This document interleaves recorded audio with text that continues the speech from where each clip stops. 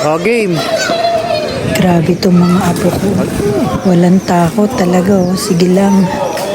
Ang galing yan. Lalo na to yung apo kong babae nag-iisa. Wala siyang takot. Forfeit yan guys ha. Dati, nung nakaraang linggo. May life vest pa siya. Ngayon wala na. Tingnan niya. Natututo na siya. Baka mamaya 5 feet, 6 feet, 7 feet. Kaya niya na. Tapos ngayon naman, tinuturuan naman niya yung pinsan niya. Apo ko rin yan.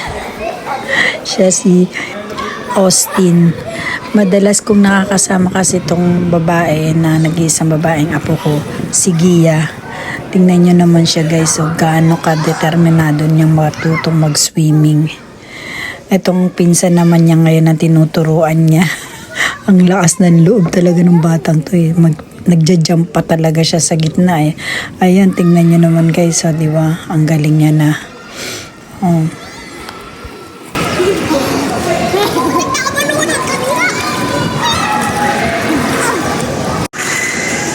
Game.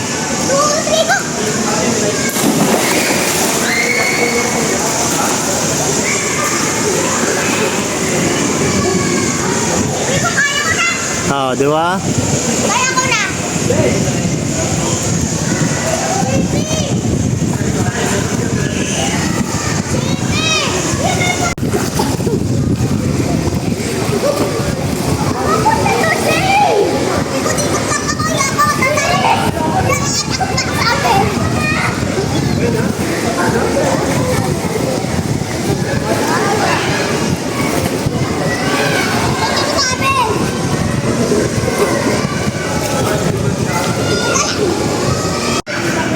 哦，jump，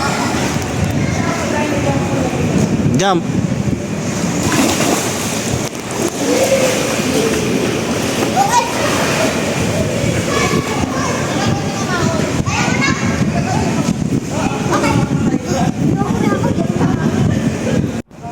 Medyo takot pa si Austin kasi first time niya ngayon mag-swimming din na yun talagang walang nakakasama siya sa pool.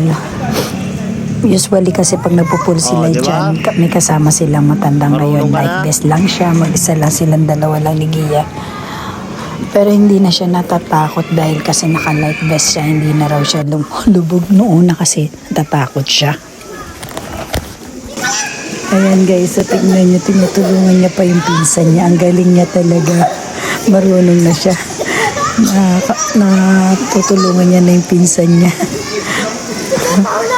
Nakakatuwa lang pagmasdan talaga yung mga ganyan na may kusa silang matuto.